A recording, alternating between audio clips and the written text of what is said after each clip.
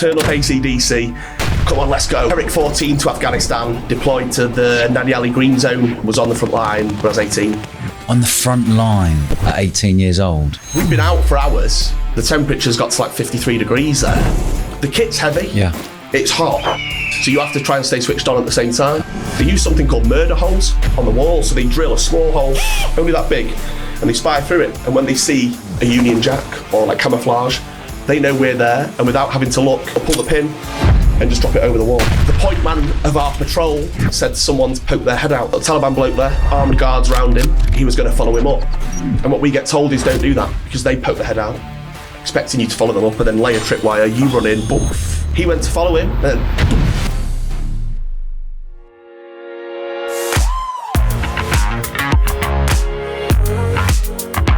Dave, welcome to the show, mate. Thanks very much, Dad. How are you? Very good, mate. Very good. Thanks for having me on. Nice one, mate. Nice one for coming all the way down from where you are, north of Manchester. Just south of Manchester, Cheshire. It's like Knutsford way, sort of like country. Lovely. Around there, yeah. Let's roll all the way back, Dave. Where did you grow up, and how did you end up becoming a Royal Marine Commando? So I grew up in Timperley and Altrincham, which is around the same area. Between my mum and dad, they were never together that I can remember. Maybe like split up when I was really young and bounced between both houses. Always liked the outdoors. My dad's had me up hills, up Scarfell when I was like 7, dragging me around and all that type of stuff, and always liked that. Played rugby from a young age. Well, I started off playing football when I was around 7, and the coach, pulled my dad in and said, I probably wouldn't bring him back. He's crap. Yeah. so that was my football career over, like straight down the rugby club, hitting people, tackling people, like knee-deep snow away at Chester, proper good game. And after that was it. Sort of rugby stuck. Yeah, mate. And that was it. The sort of contact, the team game, as you all know, it's a good sport to be around, the social aspect. Yeah, like that. Social aspect's one of the best parts, isn't it? Yeah, the best bit. That's the bit. What was your route then to actually get into the Royal Marines? How old were you when you... So I went to the careers office to register my interest at like the youngest age you could. It's like 15 and 9 months or something like that. And you can go and speak about it, ask about it, sign that you're keen. And I started training when I was 16, back in 2009. So started then. Out of our troop, I think there was around 60 something of us. And I think around 11, 12 of us finished. Is that right? So 60 went in and only 11 passed? Yeah. Wow. I mean, you pick people up along the way that have been back troop from other troops who've been injured. But of the original group, there was only around about that of us that finished. And being honest, it sounds like, the top 12 must have finished, right? They must have been the absolute best. Yeah. I was not, at all. And if you'd have asked anyone, and I'm really honest about this, if you'd have asked anyone, probably up until the final week, will he make it through first time? I don't think anyone would have said yeah. Is that right? I really don't think so. I was really young, I wasn't near the top, but I think I just grafted and just didn't give up. Like I went down there in my mind with, you probably won't pass, but don't quit. So if someone pulls you off and says that's it, then fine, and I can live with that. And it never came. Well, wow. It almost came on the final test. They tried. I was like, no, leave me to it. I managed to finish. So, passed. It was hard. And was it hard? It was horrendous, yeah. It was absolutely disgusting. How long, did you know what you were letting yourself in for when you joined? I did, yeah. You did, okay. So me and 2 other friends from home, we were in the Marine Cadets together, being like 13, 14, a little bit geeky, you know what I mean? But it was class, and it sort of sets you up for it. And from there, you watch all the shows about it, all the TV shows, and us 3 were proper stuck into it. Yeah. Some people would watch The In-Betweeners on a Friday night with their sweets and whatever. We'd watch Platoon and, all them type films, and we loved it, know. And I'd watched all of the Royal Marines like TV shows about 10 times over. So when we got down there, I was like, that's the gym, that's the quality. The bottom field. I saw it all, and it was, I'd wanted to be there. I sort of pictured it in my mind for so long, and then it happened, and you're sort of down there, yeah. And what was it? So what was the actual, from the moment you joined to the moment of passing, what did you have to do to pass? So you do a few pre-entry tests before you go to Lympstone, like a 1-day test, a 3-day test down Lympstone. And where's Lympstone in the country? Between Exeter and Exmouth. Okay. So it's that sort of way. It has its own train station, Limston Commando, and that's for the actual base. Yeah, right? so yeah. Quality. And it says you are not allowed to alight here unless you have specific business with the camp, something like that. So you get the train down there, and 32 weeks training. From the very start, it's sort of everyone gets their head shaved in a big 60-man room, and you're taken down to the showers. Bloke's naked. This is how you shower. This is how you wash your bits. This is what you do. Pull the condom out. This is what happened last night. And you're just like, oh my god. But being a rugby player, I've seen a bit of that before. Yeah, I've showered with like blokes and all that, and it didn't really bother me. But you saw some blokes. What's going on here? Like this is stinking. But you get used to it quick, and everyone's running around. It sort of grows you up quickly, and you've got so many bigger problems to worry about than that right there. Yeah. Inspections, kit being ready. You're not really bothered about it by the end. No. When was the first time you went on tour, and where were you? So I passed training. I put in to go to 4-5 Commando as my first choice, which is based up in sunny Arbroath in Scotland. Bloody hell! Why did you choose Scotland? I don't know. I made a lot of bad decisions. I don't know. Listen, I love Scotland. Don't get me wrong, but it's a long way to go up. So my corporal, who sort of took me through training, I really looked up to him. He was brilliant, and he really helped me when I was struggling. He helped me through certain parts because I was young, and I think he just saw something in me. And he was at 4-5. And I was like, I want to go there. He told stories of it, and I was, that's where I want to go. Most of the Northerners go there, because it's northern and grey and cold, and most of the Southerners go to Plymouth where it's nice because they're a bit more switched on. I don't know what it is, but I went there, and I went on Herrick 14 to Afghanistan, February 2011. Deployed to the Nadi Ali Green Zone. In Helmand, was on the front line when I was 18. On the front line at 18 years old? Yeah. That's when you think about it, you're not even a man. People aren't even men really at 18. I still didn't need to shave. No. But it's crazy really when you come to think of it, isn't it? On the front line at the age of 18. Yeah. After training 32 years ago, right, you're going straight into war. But I like that about the military, is they don't change the standards for anyone. Yeah. It's not like, he's a little bit young, sort of go easy on him. It's, mate, why aren't you get stuck in? It's your problem. I totally get it. But when you actually think of it, an 18-year-old now, you see an 18-year-old who come and works here at Bournemouth Sevens or whatever, you think the comparison between an 18-year-old lad there coming to work here and yourself going straight into Afghan. I was going to the gym then, and I actually thought I'm pretty big here. When I look back at pictures, I'm a boy, literally a child. So what was that feeling like when they said, right, you're going to go to Afghanistan? How did you feel at that moment? I really think that, and I'm not saying this trying to be big-headed or anything like that, but I think civilians think that we have this feeling of, oh my God, but, well, me personally anyway, you've trained knowing you are going to go there. It's not a shock. It's not like one day they go, oh my God, you are going. Yeah. You know, and you've signed up because you want to go. Yeah. You've trained, and the longest, hardest training there is. You've then built up to it, your troop, your team, you live together, you're close, and then you're actually going to do what you wanted to go and do. So you're like, all right, it's happening. Yeah. I can game on. You're keen to go. Prior to going, you have your death photo done, which is like a photo like that by the company flag. So if you die, that's what they use for the newspaper. Is that right? Yeah, it is, yeah. Here's your death photo, quickly. After writing your will. Yeah. So I'm like, right, mum, dad, sister, dog. Is that what they do? Is that what they do? They go to write a will and then get to do a death photo straight away? I think pretty much like that. Sort of like double header, you know what I mean? And then, welcome. And then you're doing fizz afterwards, you're like, oh. Yeah. So I'm stood there like that. Yeah. I'm mate to behind. Yeah. And all that. So it's always that sort of cheerfulness, having a laugh when times would be a bit different for other people. Yeah. On the plane going there, it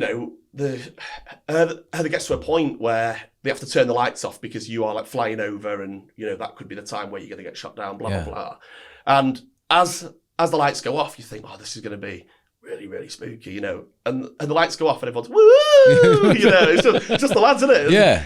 There's no point throughout that, when I felt any sort of anxiety, worry, Yeah. I was more worried about having to speak down the radio than I was going to Afghan, you know, seriously, because you're trained for it and you want to go, like, at the end of the day. I suppose it's like before a big rugby match. Yeah. It's the same fear, but you want to go and play. So. Yeah, 100%. It seems like it's the closest thing to a rugby camaraderie. Yeah, it is. Like what you're explaining, it's like all the rugby boys sticking together and, you know, grafting for each other and got each other's backs.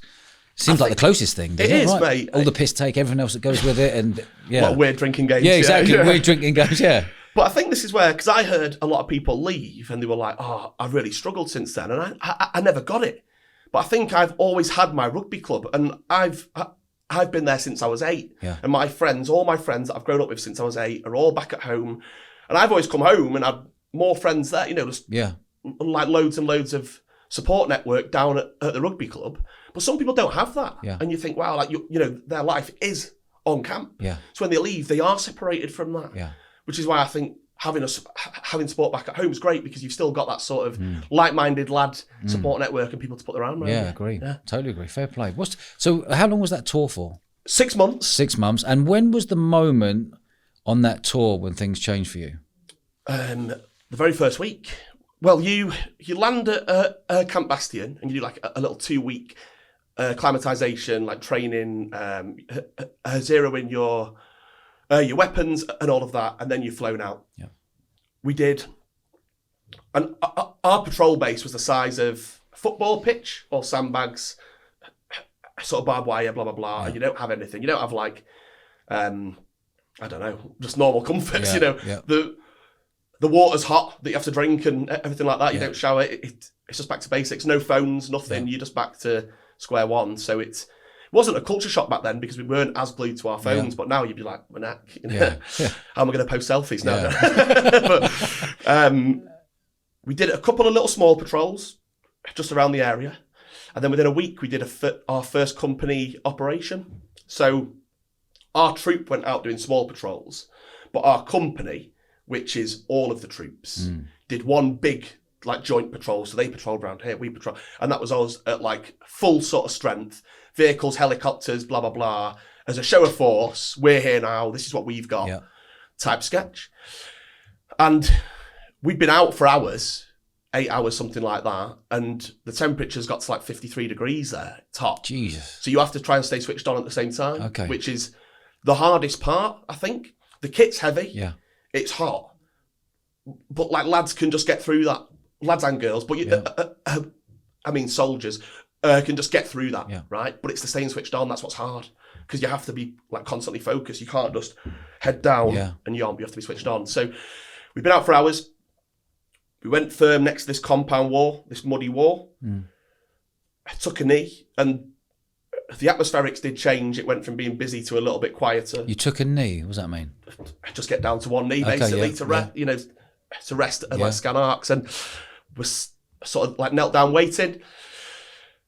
And the point man of our patrol said someone's poked their head out, and he was going to follow him up. And what we get told is don't do that, because they poke their head out, expecting you to follow them up, and then lay a tripwire. You run in, boom, right? So he went to follow him, and then one big bang, not like a like the films. It's just a thump. And I was like, that's him, you know. And what's happened? And I felt dizzy. Yeah. I've looked down, and my rifle's gone. My sharpshooter, and that's the first thing. Where is it? Where is it? Where is it? Yeah. And I'm like, my trousers are all shredded, and I've got blood coming down my legs. I've got blood on my face, blood on my neck, blood on my arm, and I'm like, oh, it's me. You know, how's that happened? Because the IED should be there. Yeah. Well, there was no IED. They basically they use something called murder holes on the wall. So they drill a small hole, only that big, and they spy through it. And when they see a Union Jack or like camouflage, they know we're there. And without having to look, they can sort of pull the pin and just drop it over the wall, and it just rolls next to your feet. And these frag grenades have a kill radius of like 5 to 10 meters. And I got told, because I didn't see it, this was about 2 meters away. But the track we were on was really hard, and it rolled off the hard track next to my feet and into the soft mud next to us, and that took most of the bang. But the medics said if it had stayed on the hard track, that would have been a lot of us done, you know, so we were very lucky. But I've looked down, I'm bleeding, and lads start coming over, trying to put sort of field dressings on me. It's not serious like limb loss, it's just superficial frag. Yeah. I've got a bit sticking in my shin bone. So they've come over, putting everything on, doing what we're like trained to do. Yeah. One of my mates looking at me, don't panic. And I was trying not to, you know, I was really trying not to, but now I am. So I'm getting bandaged up and we need to get out of there because we're vulnerable now. Yeah. So I'm up, I'm like carrying my kit and I'm moving over the sort of open ground to get back to the main road where the sergeant major can pick us up on his quad bike. And we're moving back and we get to a wadi, which is like a stream. But streams in England, like kids play in, blah, blah, blah, they use them as like toilets there. So the medic said, you can't land in it with that leg because you'll get sepsis. Yeah. And then you are done, you know. Yeah. Make sure you jump over it. Don't land on your bad leg. Don't land on your bad leg. Land on your bad leg. I don't know. Ran, jump, landed on it. All of my weight. And this bit stuck in my shin bone. I felt it go into my shin bone, like in. And it was just like a white hot needle into your bone. And it created like a dead leg, but a dead bone feeling. And my leg just sort of like crumbled beneath me. No strength there. And it was like pain, not like yelping pain, but like I'm going to pass out pain, you know. Up, cracked on. Still Kazivacking. We get to the main road. Sergeant Major's there on his quad bike with like a little like metal bin. Throw him in. I look to the rear, you look to the front and like drive back to our little patrol base. So we're heading back. And when we get back there, we've like calmed down, slowed down. And the pain's setting in now because the shock's worn off. And I'm like, all right, I'm actually in quite a bit of pain here. And we're waiting to be picked up. You have these like helicopter medical rescue teams and they kept getting delayed by an hour, 2 hours, an hour. And I'm like, what's going on? And back then it's easy to be like, God, where are they? You know? Yeah. But if they aren't there, it's because there's someone worse than you. And that's why they aren't. And you don't think that then. But you know, afterwards, I got picked up on this American Black Hawk helicopter. I got sort of carried on a stretcher and strapped in and looked up to the ceiling and it's just blood all over the ceiling. Blood. Must have been the last person. And then you think like, I've been moaning, this isn't here yet, right? So, but prior to getting lifted on, I'm in pain and Sergeant Major's like, do you want some morphine? And everyone carries 2 of these morphine pens. And I was like, yeah, go on. I've always wondered what that does, you know? And he sort of gets it out, this life-saving bit of kit we have, you know, stuck it on me and it fell apart and crumbled to bits and just broke. So I was like, all right, next one. Tried that and that went in. I felt that going. But I didn't want to play up to it. I was like, I don't want to be like, oh, yeah. You know, I said, I'm just going to look at you straight and I'm just going to wait until something happens. I was like, oh, God, here it is. And I started slurring, started talking crap. I don't remember much then, but I was told that I tried to chat the Sergeant Major up and called him handsome, the most senior rank we had there and everything like that. So made a bit of a tit out of myself at that point. And then where'd you get taken to? I got flown to an American hospital, not far from Camp Bastion, I don't think. So like still out there. On the flight, the medic was trying to put a line in me. And obviously like the helicopter's taking off like that. He's popped my vein, blood going everywhere. I'm trying to hold that on. You know, he's trying to put a needle in like this. And it was a bit of chaos. We managed to get back and went to hospital. I got scanned, full sort of body scan, and American doctor comes out to speak to me.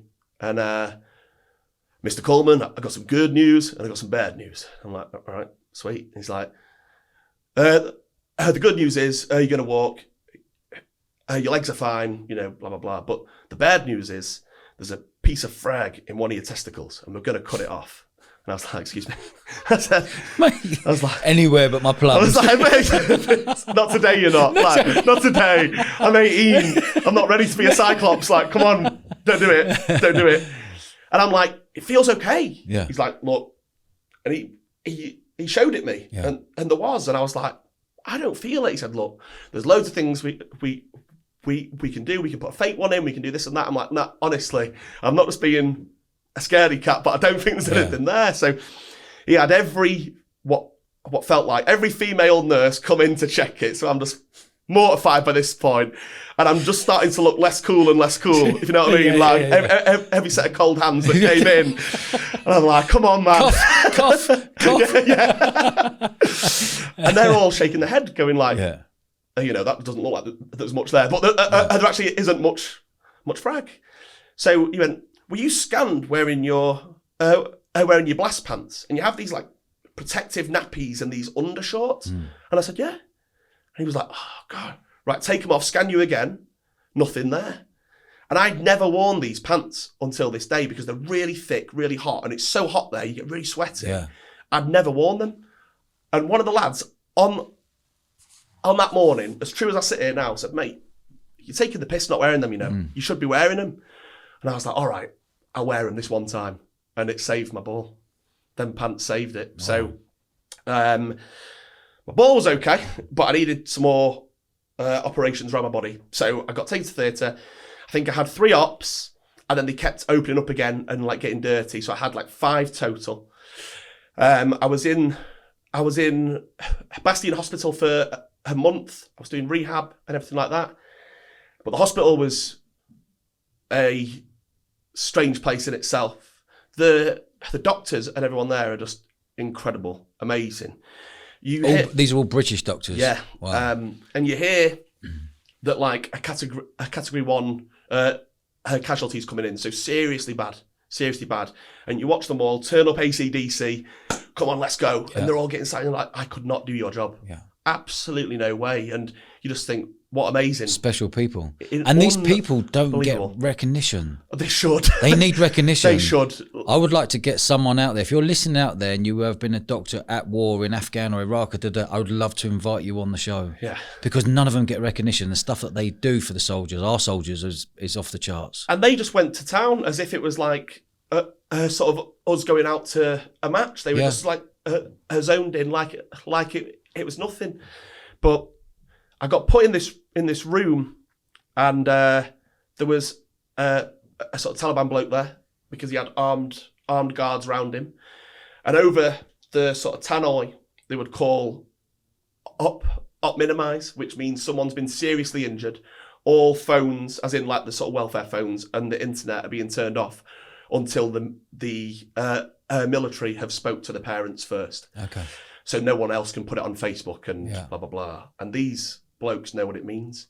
Spits his like tablets out, stands up celebrating, dancing and everything like that, and flipping his stuff and spitting at nurses. What the Taliban give us? Spitting at nurses and everything. And I was like, you need to move me rooms, all right? I can't sit like that. And you don't have to do anything. Yeah. You've got to sit there. We have to treat them. And he's celebrating because one of our lads has been seriously injured. And one of the days, the room had like quietened down. I thought, right, I'm going to get some sleep here finally. And this scream, this ungodly, unnatural like scream coming in. And this little girl, she must have been like 9, gets wheeled into the bed opposite me. And she looked like him off Batman with half of the face. So half of face melted off, eyeball dangling down by the sort of thing there. And someone had thrown a phos grenade into her compound, killed the whole family, and it had melted her face, melted all of her body. She was just in the bed opposite me, screaming. She was there for days.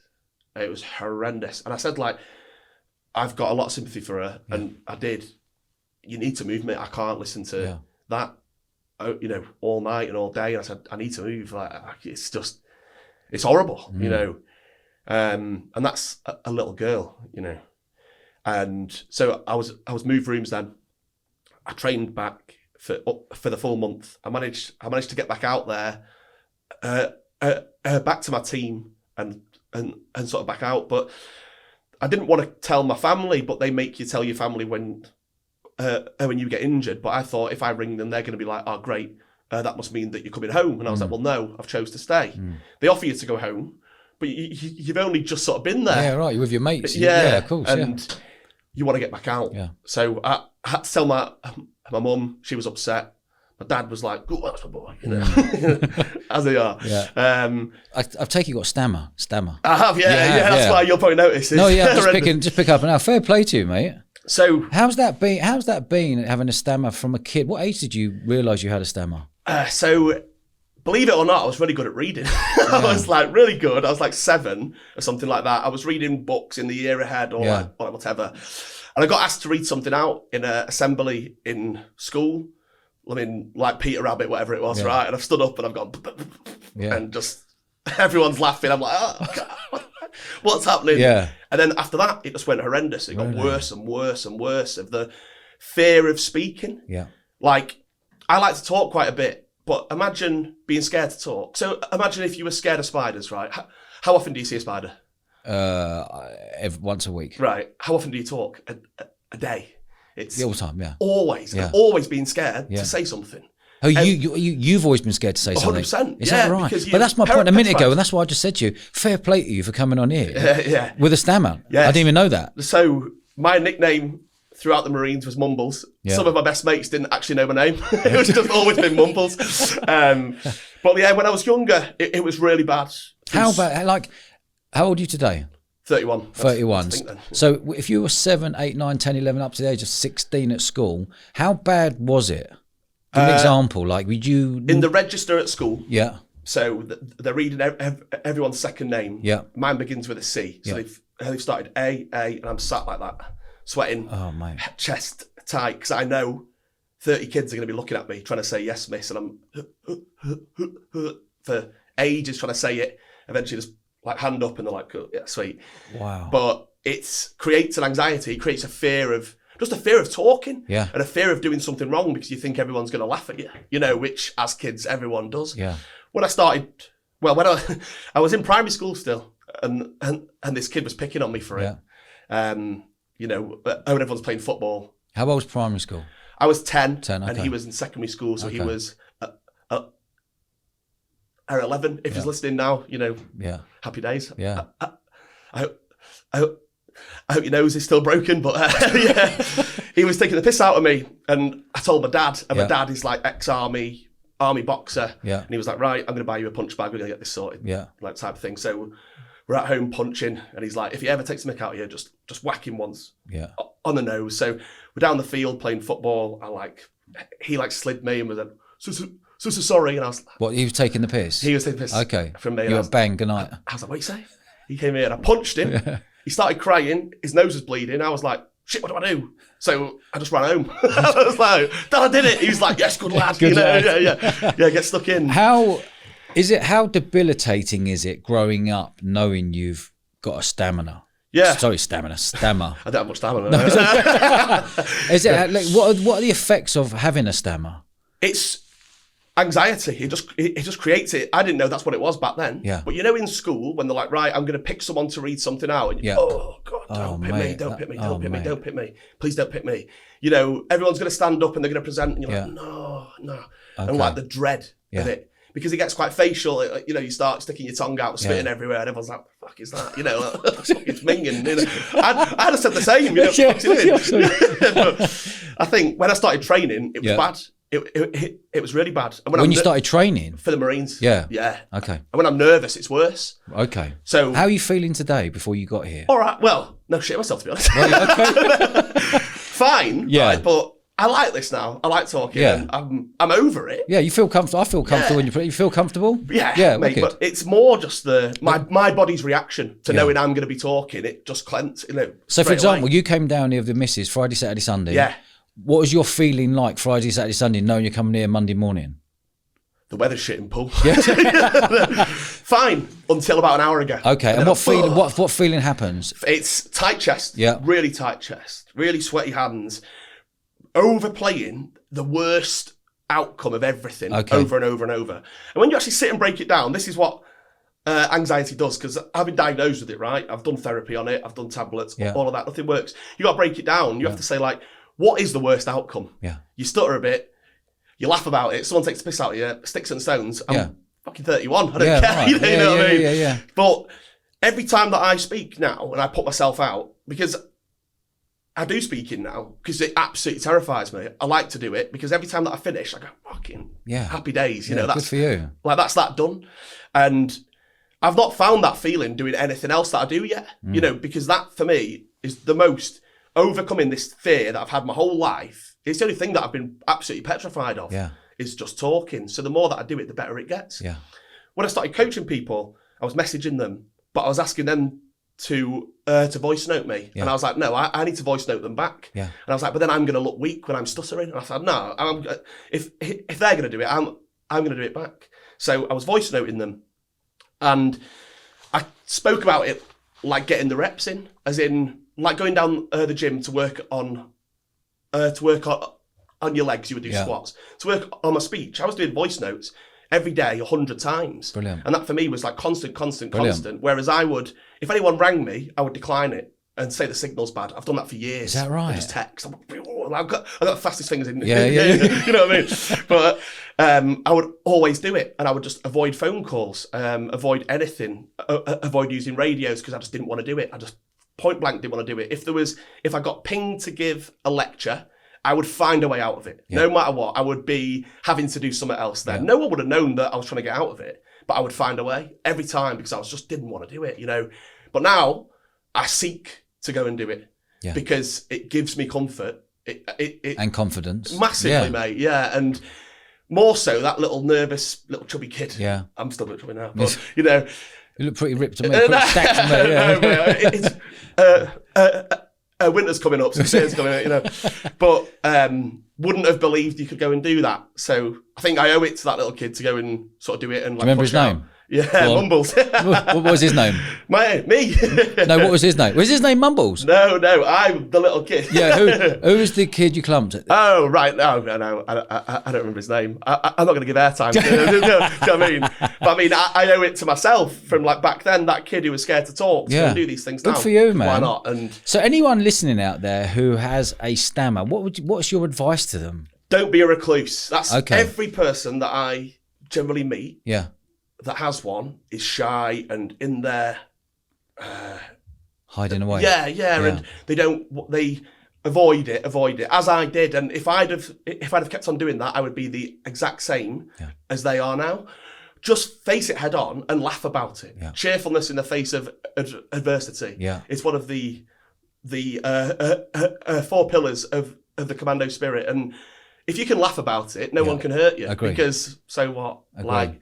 But just put yourself out there, try and start voice noting people. Yeah. Just try with your friends and family that are really close to you and say, I need to start doing this. Yeah. It might take a fucking while. Do you know what I mean? But just voice note everyone. How has your stammer improved from the age of, say, 10 to 31 today?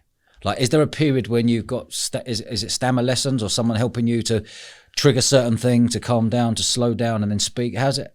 I got taken to speech therapy by my dad when I was younger, probably because he just felt sorry for me, you know, like, but this woman who was like, all right, calm down. I was like, you've never had a stammer, you don't, you know, I was like, nah, this isn't for me. So I had one lesson and just sort of fucked it off. And I was like, I'm just going to crack on myself because this isn't helping me. How old? I would have been 11, 12, something like that, I think. And it just wasn't doing anything for me. I never got bullied really, really badly, you know, because I think I stuck up for myself and then, you know, no one was bothered then. Yeah. But it got worse. It got worse and worse and worse. And then I'd honestly say in the last year and a half, since I've been coaching people, speaking constantly, that's when it's got better. Because until that point, I hid from it and I wouldn't talk, wouldn't answer the phone. I was still confident with friends, you know, like they would know. And my friends have always took the piss out of it for me, so that's helped. Was it harder for you to be around new people? If you're going to the pub or in a restaurant that they're thinking the words aren't coming out? Chatting up birds is pretty much fucking no-go, you know. My wife must have just felt sorry for me, you know. Fair play to your wife. Yeah. But, you know, imagine that for your first time. You're like, and they're like, fucking hell, what's he on? You know, I don't want nothing to do with that. It's hard. Sign language. It was like, my mate's E'd up. yeah. What is he got? I was like that. Yeah, so, it's hard. It's hard because... How would you chat a bird up? With great difficulty, I don't know. A little bit more booze before it. When I'm drunk, I'm, you know, a little bit more confident with it. I suppose. But yeah, just with sort of great difficulty. Wow, and you a lot of forget embarrassment. you forget all the different sort of scenarios you could be in. Yeah. And Wow. everyone just goes on Tinder, don't they, and just Yeah. like someone and just meet up with them. But that to me would have created this fear of, I've got to speak to her for the first time, not like this. And she's going to be like, what the fuck's so it's got to be someone. My wife now, a very good sense of humour. Yeah. Quality. Mate, fair play, mate. Absolute fair play. Yeah. Brilliant. But yeah, so I got back out. I was there for sort of 3 more months. And then you get your 2 weeks leave to go home, where you're told you mustn't leave the country and everything like that. And you're going home to see your family. It just so happened all of my friends were on a lad's holiday to Faliraki, so I booked straight on, didn't say anything, and just straight out on the lash for 10 days. Then flown back out to Afghan. My wounds were still coming open a little bit, not a lot, sort of type of thing. And I'd been there about a month, and they were opening, and they were starting going weird, and they were starting smelling and everything like that. It's hard to keep clean out there. Marines are obsessed with keeping clean. Yeah. But the last base where I was, we were on water rations, so you had 10 litres per day. But that's for sort of drinking, brushing your teeth, washing with, and it's not a lot when you actually think about how much you need to drink when you're out there anyway. Yeah. So it's hard to keep really clean. We couldn't wash clothes, it was just the way it was. And I was having a lot of pain on my tailbone at night. We had to go on watch for 4 hours. And you couldn't stand up. You had to be crouched down, and I couldn't sit. And the pain, it was unbearable. And I was like, there's something there. And I was touching it, and I'm like, oh, it doesn't feel good, that. It really don't feel good. But I can't see. I don't want to show anyone, because I don't want it to be weakness or a reason to get sent home again. Yeah. So I told my troop sergeant about it then, and he was like, as I thought, I know people like you want to get out of here, blah blah blah. And I said no, I don't, or I wouldn't have come back. But I can't sleep. I'm in pain. I'm crying at night. I'm in that much pain. It's horrendous. He told me to show the medic. Kate Nesbitt, she took one look and said, you are going home today. So helicopter flown in, I got taken back to hospital, and I had Afghan flesh-eating disease. An Afghan flesh-eating disease? Yeah. Jesus, go on. Which basically rots your body from the inside out, and creates holes and rots it from outside to the surface, from inside to the surface. And they said it's like a 1 in whatever crazy number chance. And it's very, it's not very common, but it's only really known in very old people in Afghan. But they think I could have picked it up at the hospital, mixing round people. And it essentially, if that's your skin layer, it forms a hole like that all the way to the top. So on my back, she looked, and you can see my tailbone. Wow. The whole way. You can see the bone, and I was getting more of these painful lumps all over me. So they've sort of sent me back to the UK, done this tropical cleaning thing, because he said if you get one to your chest, that's going to your lung. Yeah. So I had that to deal with. Trying to explain that to doctors back in England, they all thought that I'd picked something up in Faliraki or something. I was like, no, honestly, I swear to God. So had that.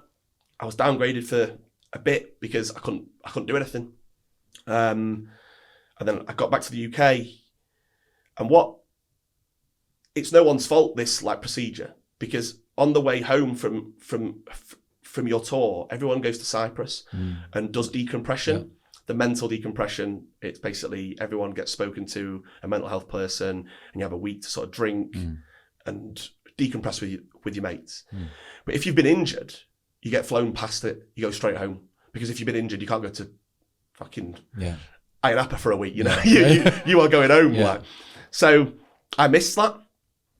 I got back to camp to see the doctor once I'd been sort of healed, kinda. I got there on a Thursday. I went to the sick bay. Oh, we're on a long weekend. He isn't here till Tuesday.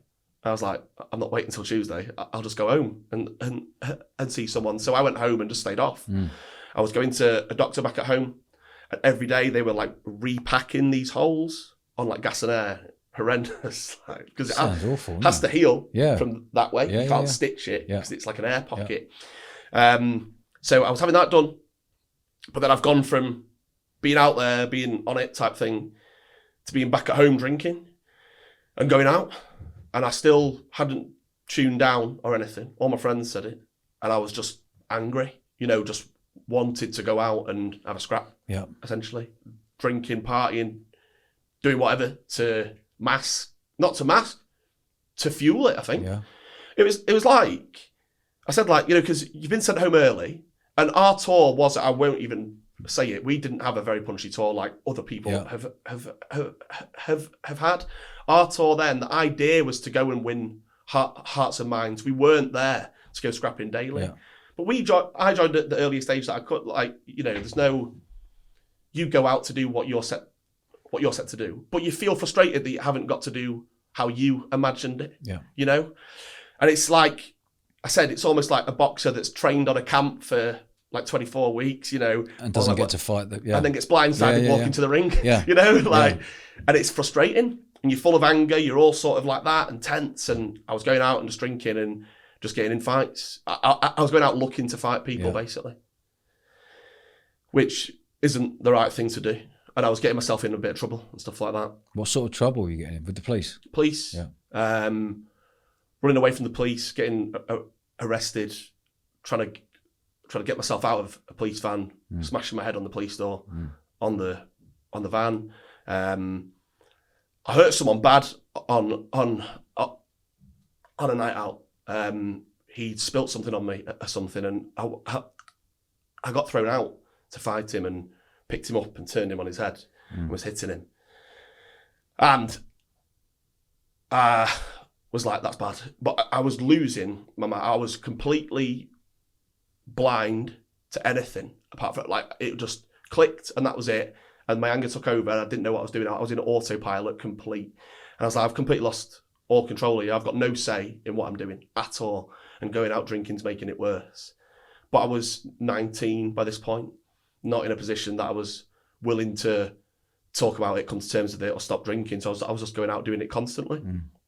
Were your friends describe you as loose? At the time, yeah. 100%. I was, but at that age, and when you're laughing it off, everyone's laughing it off. Yeah. And back then there wasn't the awareness about mental health that there is now. So I really don't think people would have known the signs then. They would have been like, God, he is a bit nuts, but maybe that's what he's like, and I was cracking on doing that for a long time. How long? Probably years, I'd say, a few years. And then I got back to work and it all just slowed down. Everything, I went from being really busy to just stopped. And as I stopped, everything's coming on me. So all these feelings, I don't know, I've had my first ever bad panic attack. I thought I was having a heart attack. I thought I'm going to die. I literally felt like it. And crying, sobbing, my company 2IC found me and took me to like sick bay, took me to the doctor, threw me in, and the doctor sort of sat me down, and he was really good, and he said, like, there's no judgment here, just tell me exactly everything. And I told him, and he said, like, you have severe anxiety, you have depression and PTSD. And then it wasn't a thing. It wasn't that known back then. And what year are we talking now, roughly? 2011 or 12, one of them two. And I genuinely thought when he said it, I actually fully believed this, that I would have been the only person on that camp being told that. There's all these people who've done 3 tours of Afghan, bad tours, and got these horrific stories and people dying around them, blah, blah, blah. And I was like, I haven't done those ones, so I don't deserve to feel like it, because they don't feel like that. Yeah. They're walking around camp fine. Yeah. But you don't know. I said that to him, and he said, you don't know how many people I speak to. Yeah, so I speak to so many, and I honestly thought he was lying to me. I was like, no, you don't. He said, I promise you, a lot of people. And it was like the weight of the world had come off my shoulders. Yeah. Because I what a lot of people do that are struggling is they invent something in their mind. I'm the only person. Everyone will laugh at me. I don't deserve to feel like this. People will think that I'm faking it. Blah blah blah blah blah. Yeah. And you build this monster, this horrible scenario, and it's not real. You've like made it up, and you get scared of something that isn't real. Yeah. And until he said that, I had the world. I mean, I didn't want to tell anyone anything, and it made it easier. He put me on antidepressants. They made me feel like shit, and Get I rid threw of them them. away. Yeah. Right. So, and then I wasn't ready to sort of accept what he'd said. And it was more so I wasn't mentally mature enough to even know what it was. I thought depression back then was a bloke who would sit at home and just cry. Yeah. And just cry. And I was like, I go out drinking and partying every weekend, all the time. I'm the life of soul when I can speak. Fucking hell. Spit it out. But I'm not that. Yeah. So that isn't me. That doesn't fit into me, and that doesn't make sense. So that can't be what I am. And I went back out doing the same for ages, to be honest. Just on that note, anyone listening out there who's got depression or thinking suicidal thoughts or got burnout, there's an amazing website called JAAQ.org, justaskaquestion.org. Go and check it out. It's amazing. It's all video led. It's got the best people on there. You can ask them any questions on there. Jack.org. I'll have a look at that. Yeah. It's powerful. Really? It's super powerful. It's the best. It's going to be, I think this is going to be a unicorn business. It's going to, Really? Yeah, mate, it's really, really powerful because if you've got depression or you're not feeling good or you got burnout or you're stressed or what do? You type it into Google and you've got 300 pages of black and white writing that are all different views and different this. This is like have you ever heard of masterclass? Yeah. Yeah, this is like a masterclass. Okay, yeah. For pre-recorded. You type in your question, it pops up and someone speaks for 60 seconds on the subject you want to talk about. And then there's 10 subjects underneath that to do with depression, to do with suicide, men's taking their own lives and why you shouldn't. It is the most powerful, game-changing website, app, whatever you want to call it, on the earth right now. And if they get that right with the form of, a lot of soldiers feel like, I'm not going to go to a therapist because I can't relate to them. They can't relate to me. Or it shows weakness. Yeah. If they get blokes on there, or girls who people go, I can relate to them actually. Agree. They were a soldier, they were this and Agree. that. Wow, right. He's speaking my language. Agree. It's not a random person. Yeah, you're not sitting there with some bloke in a suit with a clipboard going, oh, ask you a question. Yeah, you've got depression. Yeah, you've got PTSD. They can say what they want. It's like going to a doctor these days. Like, Jesus Christ, what doctors know about half of the stuff we're going to? Yeah. Yeah. And I think there is more of that happening now. Yeah. A lot more awareness coming and a lot more people speaking out. I found that I bottled it up for ages, for years. After that too, I hadn't spoken to anyone, hadn't spoken to friends, really good friends who I have spoken to since. I'm like, why didn't you tell me? Yeah. But at that age, you're not ready.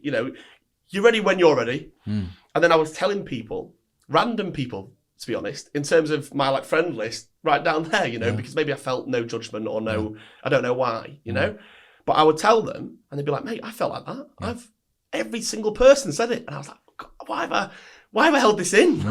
If I'd have spoke to people years ago and I've got all that pain, all that time for no reason, why have I held it in? And then what it is blokes are taking their lives. This is serious. Anyone listening, this is serious. Blokes are taking their freaking lives. I've got 4 friends who have taken their lives. This is serious. The press don't talk about people taking their lives. There are friends all over. You're hearing a friend of a friend. I've got 4 friends who've taken their lives at my age. This is This is why this website, Jack, is so important for everyone right now when the world we're living in. I've had quite a few friends that have done the same too, and all of them have been the life and soul of the party every single time. Yeah, they're the fun ones. They're the fun time Frankies. Putting the mask on. Putting the mask on. Most I'm not going to say most. High level of comedians. Yeah. Anyone who's on the front. Anyone who's at Robin the party. Williams. Robin Williams. I could name quite a few. And they're the ones, and it's important to pick up the phone to your mate. It's easy to send a WhatsApp. How you doing, mate? Yeah, great, thanks. Do you know what I say to my pals? I'll pick up the phone. Hello, mate. Hey, are you happy? That's powerful. They go, fucking, what you want about Dodge? I'm just asking, are you happy? They have to stop and think. Yeah. And that moment is so powerful for a man to do that to another man or to do it to a friend, whether it's a woman or whatever. Are you happy? Because then they've got to stop. Once you've asked it the second time, they've got to stop and answer you. That's when you really find out. And that's what I do. I only can speak for myself here. Not many people answer that quickly. They won't. They'll think about it. They have to think about it. Are you happy? And I think a lot of people don't. What's the way of saying it? They don't actually know what that is now. A lot of people don't know what happiness is. No. A lot of people don't know what a lifestyle business is. A lot of people don't plan their lives. They just live. But if you can reverse engineer stuff and go, this is what I'm wanting in my life. This is where I want to be and where I go. You've got something to aim for. Yeah. You know, what is happiness? 1,000,000%. Happiness to you is different. Might be different happiness to me. Happiness to different people. But if you don't know what happiness is, it's hard to go and find it. Because what are you chasing? Yeah. If you don't know what it is, if you don't know what it looks like. And I think there's a lot of we've sort of digressed, but like a lot of anticlimaxes in achieving the things that you believe are happiness. You know, buying that, like whatever it is. Yeah. It's just a thing. Mate, people go and buy cars. I'm not into cars, not into watches, not into any of that. But it's just not my thing. My happiness is long lunches. Yeah. My happiness is being my boy and my wife and my family around me. And they're simple things to say, but actually they genuinely are. Having nice food on the table, waking up after a good kip, hitting the gym, eating well, making my body feel good. Because when I eat well, I train. And when I train, my mind feels good and I feel happy for the day. Yeah. There's such simple things, you know, but I think that the world we live in right now is all about social media, comparing yourself against other people all the time. Whoever you're out there, stop comparing yourself to other people. I think that's massive. It's huge. Yeah. It is huge. If you can stop comparing yourself to other people, just compare yourself to yourself. Are you improving? 1% every day. Wicked. Great. I do think you have to go through that phase sometimes of thinking you know what happiness is. Having these things, having that, and then realising that it's not, and then appreciating the simple things afterwards that you'd neglected that whole time. Agree. I think that comes with age as well. Yeah, 1,000,000%. Yeah. Yeah. If you go and buy, I've got pals who've got loads of motors, and they go and buy a motor. They're happy for the first 2 weeks, and then the happiness goes. So actually, they're buying happiness for a couple of weeks. And then the roof lights go But the off happiness starts from inside, within. You know. I think I ring my friends a lot, an awful lot, and I find that if anyone listening, when I feel triggered, I have panic attacks a lot. I have anxiety because I took antidepressants for years, not the first time, but over the past few years. I've stopped them now. What is? I keep hearing these antidepressant things. I guess they're tablets. If you've got explain to me when you take it, how long does it take you, and what does it make you feel like? You take like 1 a day, 2 a day, 3 a day. I was on 2 a day. And essentially, you think that it makes you feel numb. Okay. I was so agitated, so like this, so constantly in my thoughts, and it just blocked it all out. It just stopped it. So are you saying in your thoughts, are you overthinking? Every single detail that I do all day, analysing everything. That must do your Sweden. But the thought of what I'm going to say too, that does it. And my mind now, if I get to a word that I'm going to struggle on, I'll either go, so I can roll onto something, because E's are easy to say. Yeah. But I'm thinking about what words that I'm going to say constantly, and it's constant thinking about it. But if I get triggered, if I feel that I'm gonna start panicking, I ring someone and I'll start chatting to them about the rugby, about something. Good. That helps me, and it takes me out of it. Takes your mind off it. And when I've hung up with them, I'm like, right, I'm done now, I'm all right. I feel better. Yeah. It's a bit selfish, but it helps me, and I think it'll help other people too that are listening. But I've seen a lot of that. I've seen a lot of young people who have done that. Have done what? Have taken their own lives. Yeah. There was a time in the military when it was honestly every few weeks on Facebook, rest in peace. It was constant. Yeah. I heard something, I don't know whether the stat's true, but it was something like more British soldiers have died in the UK now by suicide than they did in Afghan or something like that. And I could probably believe it. Yeah. It happens a lot. Yeah. Have you listened to the episode I had with Dave Radband? Yeah, that's a really, really, really good episode. Wow. Anyone out there, please go and have a listen to Dave Radband's episode. I was blown away. I messaged him after it, actually. Did you? I said that was, honestly... He was so honest. I've got goosebumps now thinking about it. I've literally got... He is so honest. Yeah. And what he's gone through. With the kills he's done, with what he's what he put his family through, all the arrests, because he it's hard to, I don't want to explain it because I would do it injustice, whatever, but just go and you obviously had to listen to the episode, but that's an unbelievably powerful episode. It is. But people deal with it in different ways. Then you got Phil Campion, who deals with it through laughter and joking, like the most severe craziness that he's been through. The way he deals with it is turning it into a joke and into laughter. It's completely different. Yeah. And a lot of people deal with it in completely different ways. I've always laughed it off and type of thing, sort of mask it. When I left the Marines, I moved to Australia and I met a friend there, Scott. And Scott was a former paratrooper like Dave. Yeah. Me and Dave have actually spoke about him. And we became really good friends, and which is like rare for like Paras Marines. Yeah. A bit of rivalry. And on a night out, we were speaking about I've tried to kill myself before, and Scott had. You've tried to kill yourself? Yeah, I had, when I was younger. Where? When I was about 23 in Manchester. Why? Everything just boiled over. I got to everything was just too much. Constant thought of everything racing around my mind, all of it constantly. I wasn't in a good place because I was just going out all the time and doing whatever, but I think it all just amounted to, that's it. I was depressed then. I was really depressed then. I wasn't in a good spot. Took a lot of tablets. I was at a bridge in Manchester city centre. A friend rang me at the time and I went to see him. And that was it. And I didn't. But I was there. I was good to go. Hadn't planned it or anything. What was going through your head if you hadn't planned it? What was I going was through walking home and I was off it. Were you using drink and drugs at this time?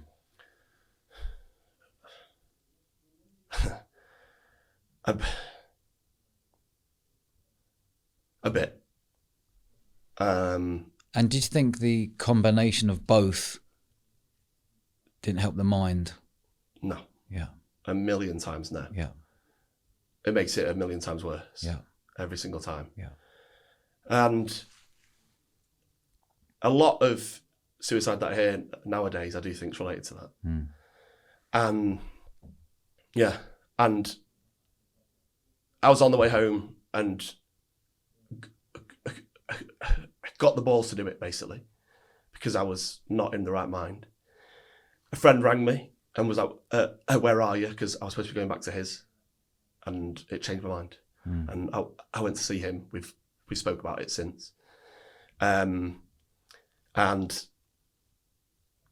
I sort of got over it then. I realised that I had a problem. I did a bit of therapy then, which didn't help me, being honest, but it was enough to make me realise. By like going to these therapy sessions was enough to make me go, right, all right, this is pretty serious. Allowed you to speak up, right? Yeah. And even if the therapy that I thought back then didn't help me, because I wasn't ready for it, I wasn't in a place where I wanted to do it. But actually doing it was enough for me to go, right, you need to sort yourself out here. And I did. I grew up then. I moved over to Australia. Where I was happy, genuinely happy. If anyone wants to be happy, move to Australia. You'll be happy pretty quick. Yeah, I'll tell you now. The beach, everything. That is a way of life. That and is. an English accent helps. Yeah, well, not me. It doesn't. Any accent, you're not going to hear it. So, but my friend Scott, we both spoke about we'd had problems with our mental health, and we spoke about it, and we both sort of shook hands. We're not going to tell anyone. Keep it between us. If you ever feel like that, you ring me. If I ever feel like that, I'm going to ring you. Brilliant. And I had to leave Oz. Me and my now wife, we travelled back through New Zealand. I proposed to her there. I love New Zealand. Oh, it's so good. I did a rugby season. Did you? Yeah, mate. Oh, mate. Loved it. I bet that hurt. 6 months. Yeah. I bet that was class. Yeah, mate. Whereabouts were you? In Hamilton. Yeah, nice. Really good. Really good. Years ago. It's a lovely place, mate. Lovely really people. Out. Yeah, so nice. People are amazing, yeah. They are. Do you met your wife in Oz? Yeah. Yeah. She's What's English. Her name? Sophie. Lovely. Yeah. Big up Sophie. Big up Sophie. Yeah. She went there looking for an Aussie. I went there looking for an Aussie, and I got a Southerner. She got a stuttering Northerner. So proper downgrade. But we're happy. Good. We travelled back, and I'd heard that Scott had broke up with his missus. Yep. And I knew in the back of my mind it meant something not good because I knew where he'd been before. Yeah. I was worried enough that I wanted to say something, but I said I wasn't going to speak to anyone about it, to him. But I spoke to my mates and said, can I reach out to him? Should I? And they were like, no, he's trying to block it out. Don't bring it up. Because, you know what it's like. You broke up with someone and everyone's messaging you. You're trying to forget about it. And I didn't.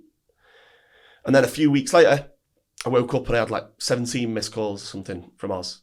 And I knew exactly what it was straight away. And he had taken his own life. Oh, mate. And when I say the life and soul, I mean of that rugby club, mate. He was the most popular bloke there. Yeah. Everyone knew him. Everyone loved him. He had time for everyone. Yeah. Everyone. And I felt horrendously guilty because I felt like I knew it. Yeah. I knew it. I knew that could happen. I didn't do anything. I felt really guilty. I felt like I should have said something earlier. I've done therapy on it now. I know it's not true. If someone makes their mind up, that's it, right? But at the time, I felt really guilty. I was back in England and everyone was out there. So I felt helpless. I couldn't help. And when something bad happens, you want to help. You want to just be like, I'll do everything. I'll do whatever it is. However I can help, just say. Yeah. The time difference. Can't speak to anyone. I'm trying to speak to mates back at home and say, can you come for a beer tonight? And I was explaining who this person was. Yeah. I'm like, this isn't doing it it's not helping me. Yeah. It's just making it worse because he was a legend, as in the purest form of that word. Yeah. Like everyone would just say, no one would have anything less than 10 out of 10. Scott Sarson.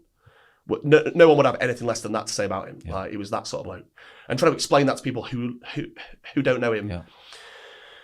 And I went bad again. I went back to where I was. And what partying? Yeah. Drinking every night. Yeah. And I was driving around during the day and I was closing my eyes driving. I was putting my foot down. I was shouting and I'd stop and I wouldn't do it. I was crying, heading to work, crying, coming home, crying at home, drinking by myself at night, typing out. I haven't said this before. I downloaded this app and it was a vault of like secret note that no one could answer. And I was typing things in it. Not a suicide note, but I was typing things. I was writing thoughts at the time in it. Like what? Just, it wasn't a suicide note, but it was along those lines. Just how I wasn't happy and how I felt bad and and it was all coming back to my head. And I was just writing it out at night and when I was drinking. I've deleted it now. But yeah, I was filling it in. I don't know why. And I got bad and I was just drinking and I was scrolling through Facebook one of these nights at about 2 a.m. or something. And I saw that 3 of his mates from home had said for mental health charity, we're going to run a 43-mile ultramarathon for him in his name. I don't know what it was. Something took over and I was like, I'm in. It must have been the beer. Woke up the next day and I was like, oh my God, what have I done? You know? And they all like messaged me, are you in? Are you in? And I was in a bad shape then. I was just drinking, you know, I wasn't good to go and run that in a few months. Ultra marathon Jesus. I'd never done one before either. So I was like, no, I want to. That was like, it was the help that I needed to pull myself out of what I was doing. And I said, yeah. And I got speaking to them. These lads are absolutely top lads too. What they were doing for it and how much awareness they'd rose.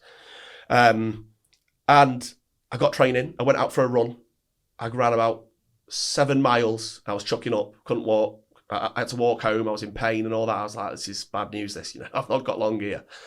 And I've never been more compelled to go training for anything in my entire life. For your mate. I woke up at 3 a.m. and ran a 20-miler before work and all that. And I would go to work normal, come home, chill. I'd run a couple of days after. I ran four marathons in a month off my own back. Not events. I didn't want to because there wasn't going to be anyone with me when I was running. Yeah. You know, I wanted to learn to do it by myself. Yeah. So I was running around the lanes. And I'll tell you a funny story. There was this gypsy caravan park near us, right? And this is sidetracking. But this bastard, right? I just ran this marathon training for this. And I've been absolutely gunning it. Final bit's this hill. Yeah. I've ran up this hill. Rocky Balboa, come on. All these thoughts going around my head. Get to the top and it's pitch black. And it's like November. Freezing. I'm just, oh God. I've done it. I'm trying to post my Strava to show everyone, you know. I've got a head torch on, and this Land Rover Defender comes screeching out, pulls up to me, almost runs me over. He's like, what are you doing? What are you doing? I'm like, what? And he went, you're tapping. So these gypsies had tapped into this electric box on this train bridge. And he's like, you're tampering with my electrics. I went, I've not. I've just run a marathon. Trying to say that to someone in November. He's like, fuck off, mate. He's like, we're going for a drive. And I'm like, we're not going anywhere, mate. I said, look, do you know what Strava is? He's like, what's Strava? And I'm like, of course you don't know what Strava is. I was like, how can I try and convince you what I've done here? And he was like, get in the car. I was like, I ain't getting in the fucking car, mate. I said, I'm going home for a bath. I said, like, I just walked past him, like, go away. And he's like, I'm really sorry, mate. Just come here and talk. I was like, no. I said, like, I'm done with this night. It's been the most horrendous night of my life. I almost shit myself running around this thing. And now you're starting on me. I'm like, I'm done. Just leave me alone to go home.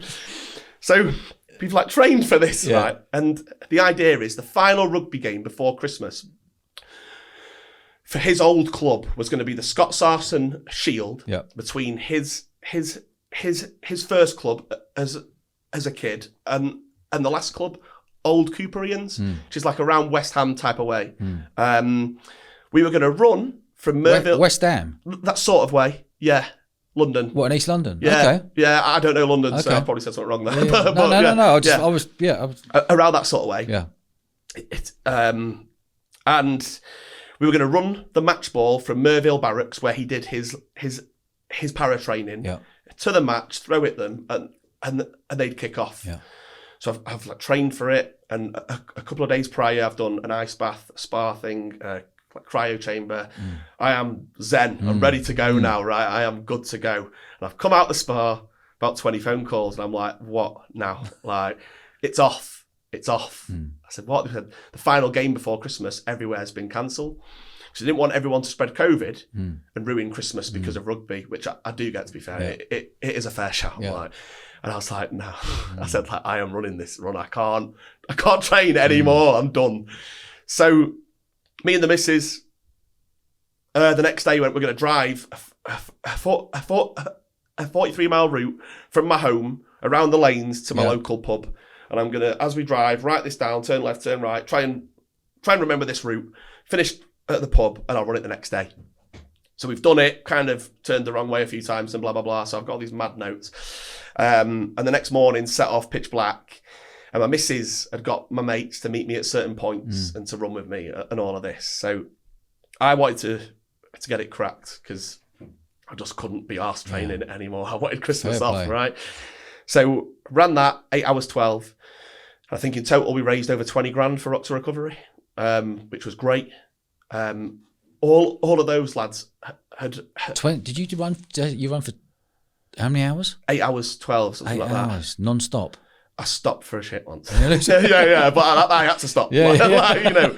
But apart from that, no. Wow. Like cracked on. And what are you doing today, Dave? What's your world today?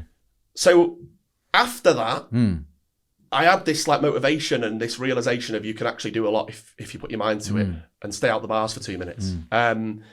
So I decided to set up a company preparing people to join the Royal Marines called Civvy to Commando, which is like civilian to Commando.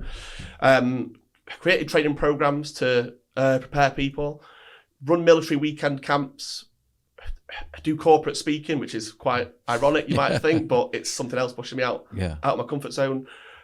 Private corporate events, and we're looking to do more camps, survival training, bushcraft training. Really? All brilliant. of those good for you, man. Sort of things, mate. It's been brilliant, you know. Good for you. It's been a really, really good journey. We built a really good team. Made a lot of people happy too. Some people have come on our camps who've been in a bad place. Yeah. They've been pushed, but then realised what they can do when they're pushed. Yeah. And they've gone and done something completely different with their lives. Out of the comfort zone again. 100%. Mate, I love being out of the comfort zone. Yeah, come on down. I don't fancy doing that, to be fair. But I love being out of the comfort zone. For me, getting out of the comfort zone is creating a new business and not having a clue what you're doing in business and working it all out. And, you know, what's that word called? I can't remember the word that people use these days. Like when you're scared when you're thinking about it. Fear of failure? No, that drives me on, to be fair, fear of failure. But you know when someone's thinking about it and they're not going to go and do it. Procrastination. Yeah, like that shallow. I love just going straight in. Yeah. don't think about it. Bam, let's go for it. You heard that saying? Go on. That years ago there was this fleet which attacked this island, and the captain made them burn the boats, so they had no chance of being able to go back to their boats because they basically burnt them, and that's it. And that's like cutting off any chance that you can fail. Just throwing yourself in the deep end, and that's it. Go for it, and you have to succeed. And I think that's quite a powerful thing with that. Really powerful. Dave, I've really enjoyed this episode, Thank mate. you, Dodge. Yeah, it's been an Appreciate absolute it, pleasure. Had a top time. Thank you for coming down.